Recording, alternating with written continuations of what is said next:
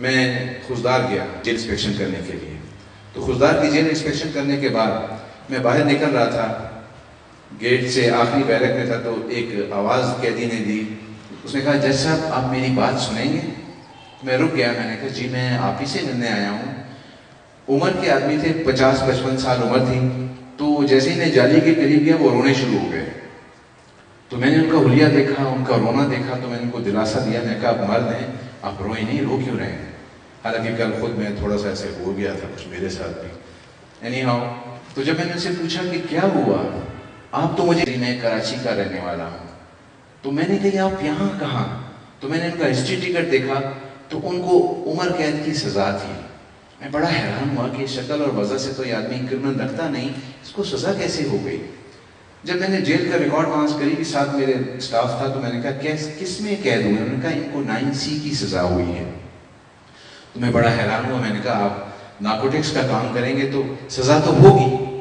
ان کا رونا بند ہی نہ ہوا. تو انہوں نے کہا آپ میری بات سنیں گے؟ میں نے کہا بالکل آپ بات کیجیے. انہوں نے کہا جی میری ایک بھتیجی تھی, ان کی ہم نے کوئٹہ میں شادی کی تھی. ٹھیک.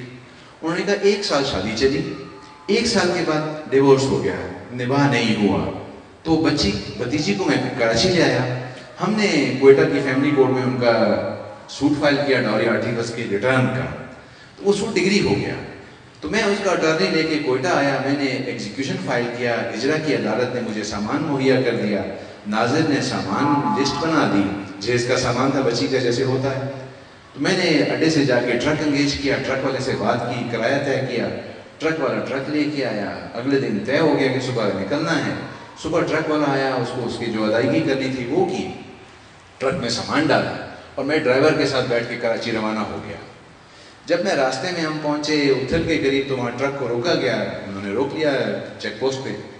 انہوں نے کہا جی یہ ٹرک میں آپ کا سامان ہے؟ انہوں نے کہا ہاں جی میرا سامان ہے. آپ کون ہیں؟ انہوں نے کہا جی میں کراچی کا آدمی ہوں, کراچی جا رہا ہوں.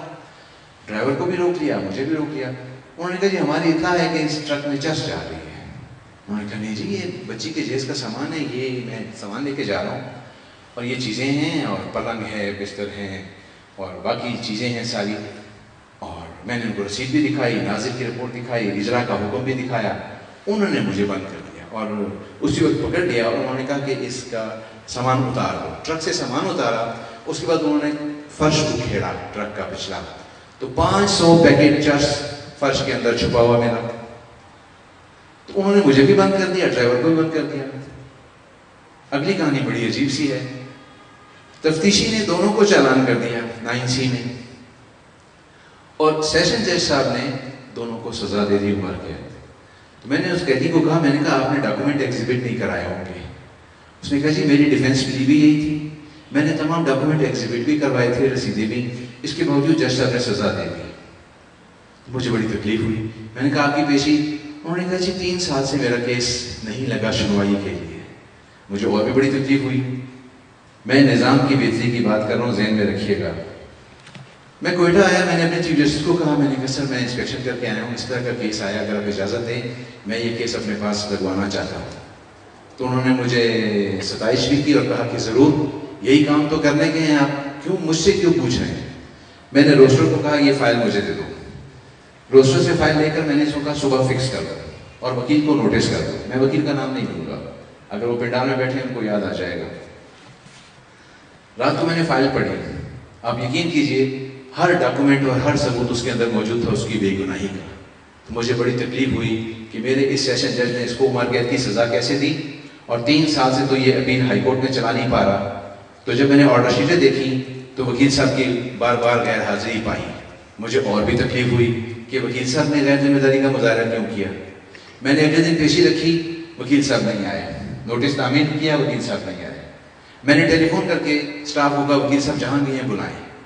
وکیل صاحب دوپہر کو نصیب ہوئے مجھے. میں نے وکیل صاحب کو کہا وکیل صاحب یہ آپ کا کیس ہے, یہ کیا ظلم کر رہے ہیں آپ, کیس کیوں نہیں چلا رہے ہیں, اور آپ 3 سال سے ایڈجرمنٹ دے رہے ہیں. تو اس نے جواب دیا سر یہ ظالم میری فیس نہیں دیتا. مجھے اور بھی تکلیف ہوئی. میں نے کہا یہ میں آپ کو موقع دے رہا ہوں, صبح 9:30 بجے میری عدالت میں اس کیس کو پیروی کریں, آپ فائل پڑھ کے آ جائیں. صبح 9:30 بجے وکیل صاحب آئے. آپ یقین کریں میں جھوٹ نہ کہتا ہوں نہ کہوں گا, وکیل صاحب نے صبح بھی فائل نہیں پڑھی تھی. میں نے 5 منٹ میں اس کو بری کر دیا. اب اس ایک کہانی میں بہت سارے سوال ہیں، بہت سارے کردار ہیں، کس نے کہاں ٹھیک ہونا ہے، میری کیا ذمہ داری ہے، آپ کی کیا ذمہ داری ہے۔ میں تو قسم کھا رہا ہوں کہ میں اپنی ذمہ داری پوری کروں گا، چاہے مجھے اس کے لیے کتنے ہی کڑوے گھونٹ کیوں نہ کرنے پڑ جائیں۔ آپ بتائیے، آپ ذمہ داری لیں گے؟